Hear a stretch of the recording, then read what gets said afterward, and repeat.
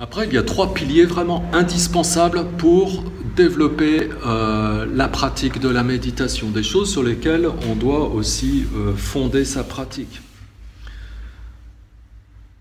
Avec tout ce travail qu'on fait sur le plan philosophique, ça nous amène petit à petit à développer le contentement. Mais je parle d'un enseignement juste, parce qu'il y a des enseignements où on n'apporte pas du tout ça. Mais pourtant, c'est vraiment très important. Parce que, encore une fois, on vit dans une époque où plus que jamais, on n'est jamais content. Quand on n'est jamais content, ça veut bien dire ce que ça veut dire. On n'est jamais content. Donc on n'est jamais tranquille. Donc on n'est jamais au repos au niveau de notre esprit. Alors que si on est tout le temps content, à l'inverse, tout va bien. On est content de ce qu'on a. Puisqu'on n'a pas, voilà, c'est pas qu'on n'y accorde aucune importance, mais que ce soit là ou pas là, peu importe. Et puis s'il y a des choses nouvelles qui arrivent dans notre vie, c'est du bonus. Mais on n'est pas en quête de toujours quelque chose de plus pour pouvoir être content.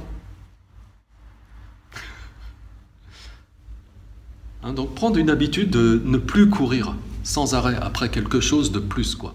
Être simplement tranquille. Ok ? Parce que souvent on dit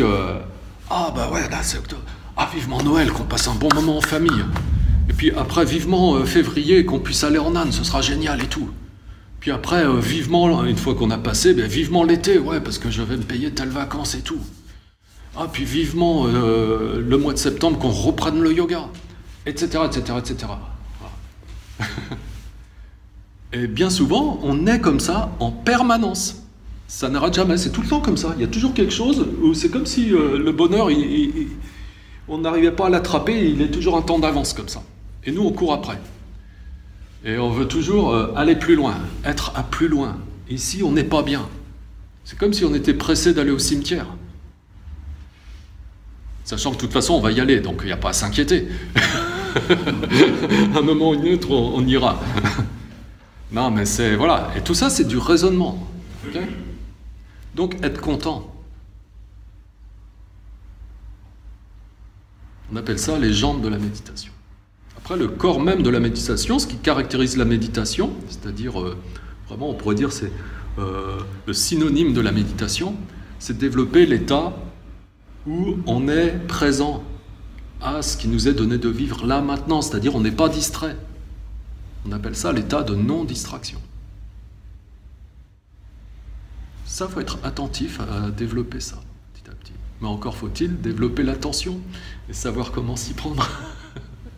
Donc c'est ce que j'apprends aussi. De développer une qualité d'attention assez automatique. Et ensuite, il faut savoir pourquoi on fait tout ça. Quel est le sens de tout ça? À quoi ça sert?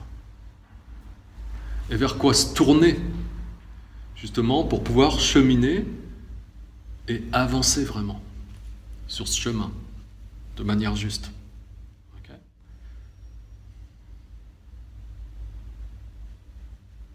La juste orientation. Pour arriver à un stade où on soit vraiment certain que oui, on est sur le bon chemin, on est vraiment dans la bonne direction. Donc ça, c'est 3 piliers indispensables.